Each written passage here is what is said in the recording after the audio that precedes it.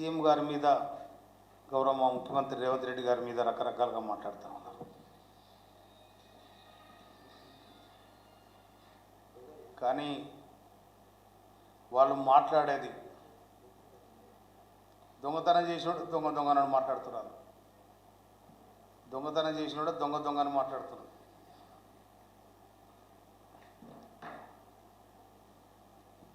తెలంగాణ ఉద్యమము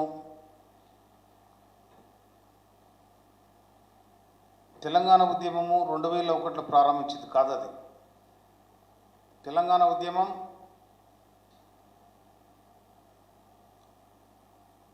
మద్రాసు నుండి ఆంధ్ర విడిపోయే సందర్భంలో వాళ్ళు తెలంగాణను కలుపుకోవాలని ఒక సంకల్పం ఉన్న ఆంధ్ర నాయకులకు ఆనాడే ఇడ్లీ సాంబార్ గో బ్యాక్ ఈ సంస్కృతి మాకు తెలియదని చెప్పి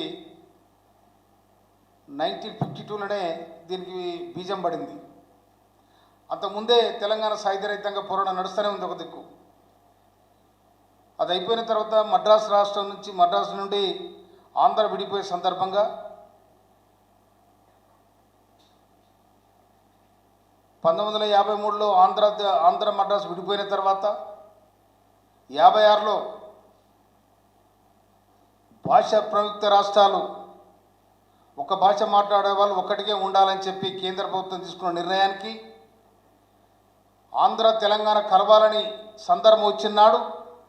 ఆనాడే మీకు మాకు మీ యాసకు మా యాసకు మీ సంస్కృతికి మా సంస్కృతికి సంబంధం లేదు కనుక మీకు మాకు పొంతర ఉండదు పొత్తు ఉండదని చెప్పి ఆనాడే మన వాళ్ళు తెలంగాణ ఆవశ్యకతను తెలంగాణ నేపథ్యాన్నే బయటపెట్టిన సందర్భం.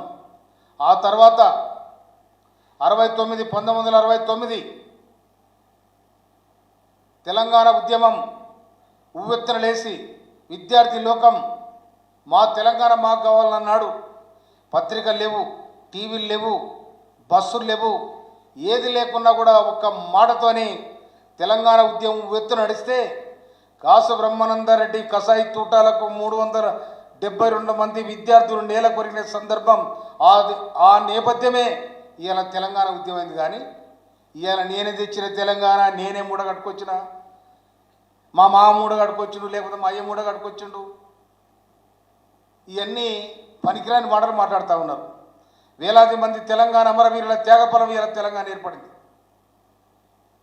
దాని వెనకాల వచ్చిన తర్వాత తెలంగాణ రాష్ట్రం ఏర్పడడానికి మీరు నిరాహార దీక్ష చేసినని చెప్తా ఉన్నారు. నిరాహార దీక్ష చేసినరో ఎందుకు చేసినరో మీరు నిరాహార దీక్ష బందే సందర్భంలో గద్దరన గలవిప్పితే మళ్ళీ లేచి మళ్ళీ మీరు నిరాహార దీక్ష పెట్టారు.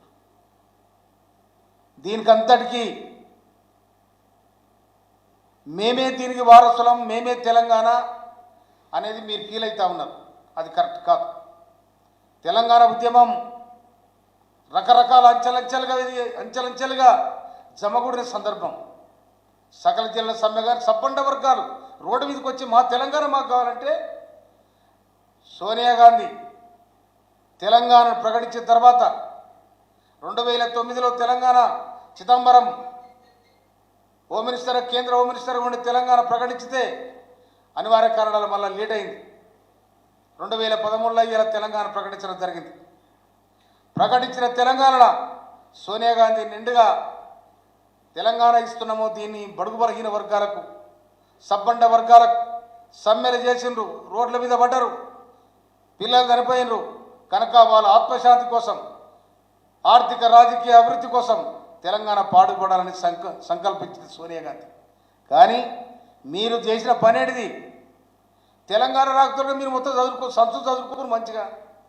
తెలంగాణ రాష్ట్రం ఏర్పడకముందే మీరు మంచిగా చదువుకున్నారు. ఇవాళ తెలంగాణ వచ్చిన తర్వాత కాళేశ్వరం పేరు మీద మీరు చేసిన వ్యవహారం అంతా ప్రజలకు తెలిసిపోయింది. ఇవాళ కేసీఆర్, ఇవాళ హరీష్ రావు గారు ముఖ్యమంత్రి గారి మీద మాట్లాడుతూ ఉన్నాడు. కాళేశ్వర తీర్పు మాకు వ్యతిరేకంగా వస్తుందేమో అని చెప్పి మేము ఆయన వకీలం పెట్టుకున్నాము, ఢిల్లీ పోయినామని చెప్తా ఉన్నారు. ఎందుకు ఆ పరిస్థితి వచ్చింది? మీకు అధికారం 10 సంవత్సరాలు మీ చేతుల అధికారం పెడితే మీరు చేసింది ఏంటిది? దానికోసం మాట్లాడకుండా సీఎం గారి మీద మాట్లాడతారు.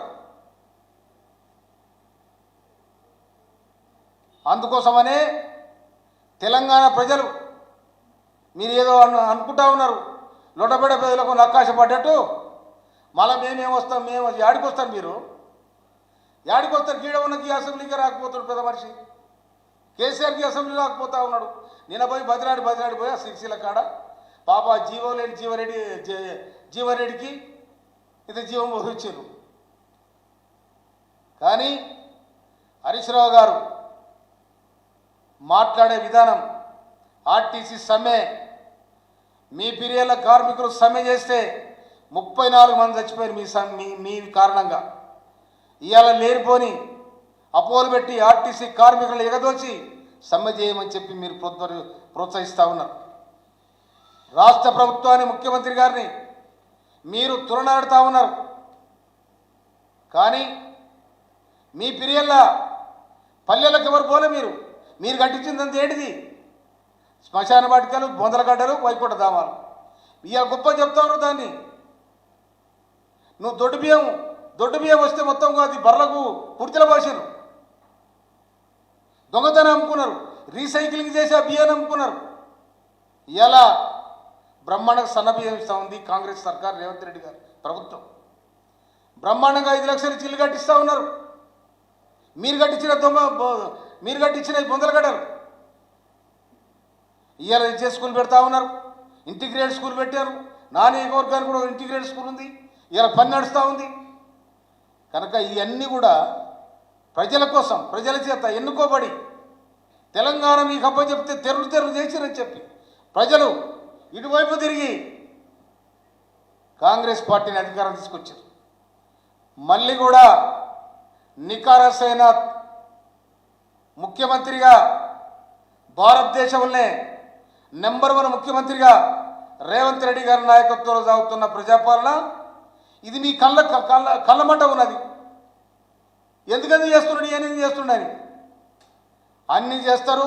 ప్రజలకు దగ్గరైతారు, ప్రజలకు ప్రభుత్వం దగ్గరైంది. కనుక హరీష్ రావు గారు, మీరు ఇవాళ మీ మరదలంటా ఉంది ఎవరు, కవిత గుడ్డనక్క పోయింది ఢిల్లీ. కానీ కవిత మాత్రం మంచి మంచి పేరు పెడితే లీలిపు పని ఒకరి పెట్టింది, గుడ్డనక్కని కూర పెడుతుంది. కానీ మధ్యలో పెడుతుంది కవిత కూడా. కవిత గారు అంటున్నారు,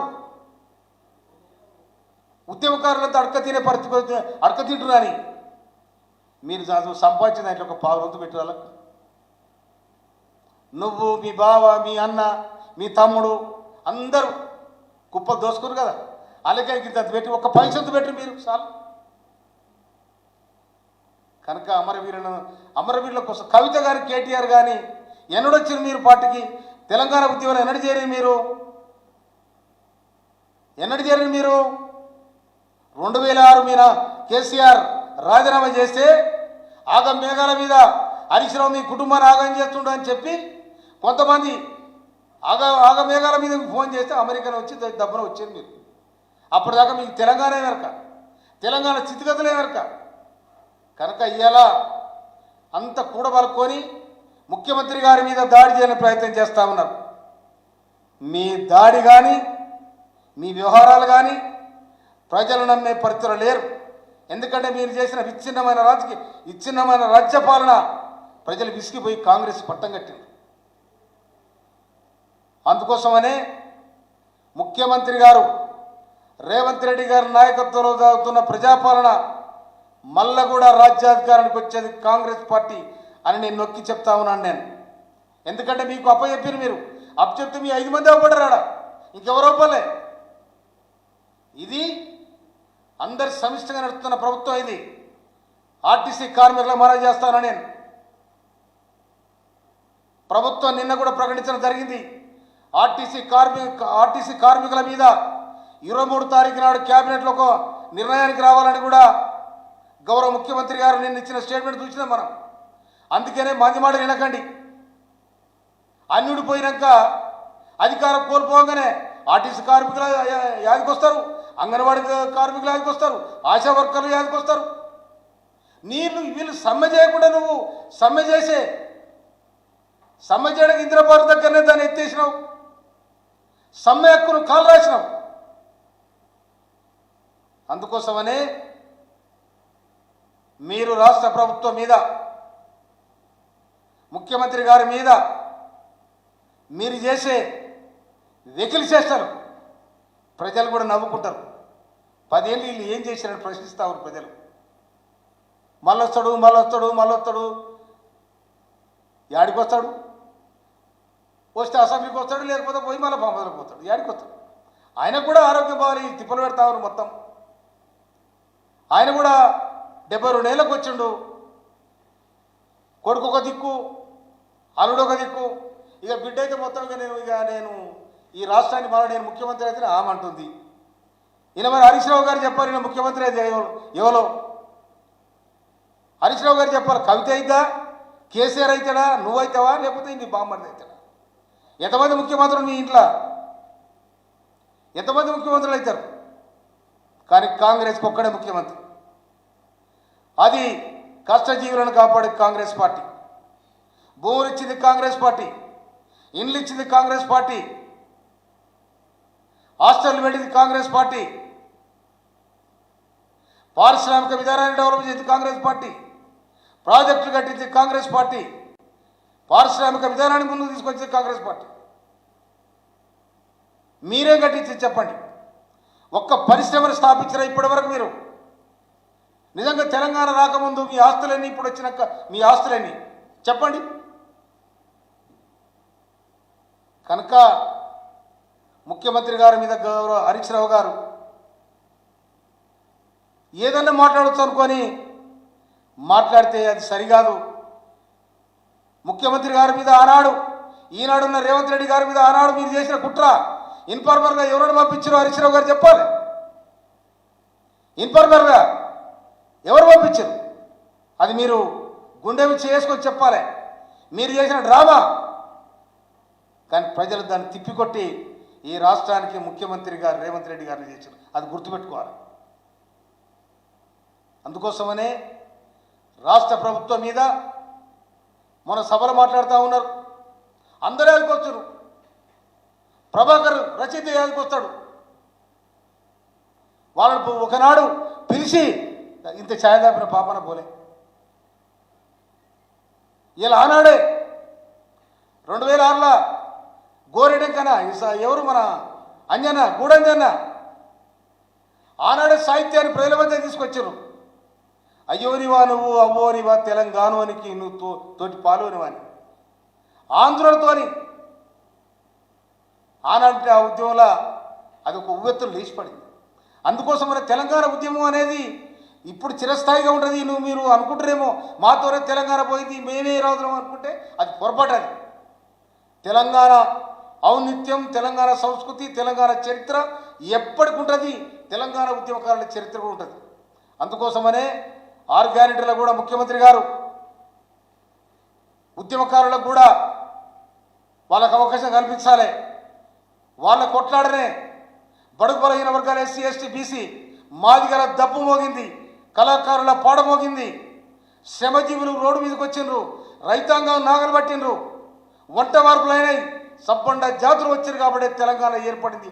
ఏర్పడ్డ తెలంగాణలో మీరు నాశనం చేశారు కాబట్టి 2023లో తెలంగాణ ప్రజానికం కాంగ్రెస్కు పట్టం కట్టింది. అందుకోసమనే మీరు ప్రకటీకరణ బంద్ చేయాలని కూడా నేను మీకు సూచన చేస్తా ఉన్నా. Thank you.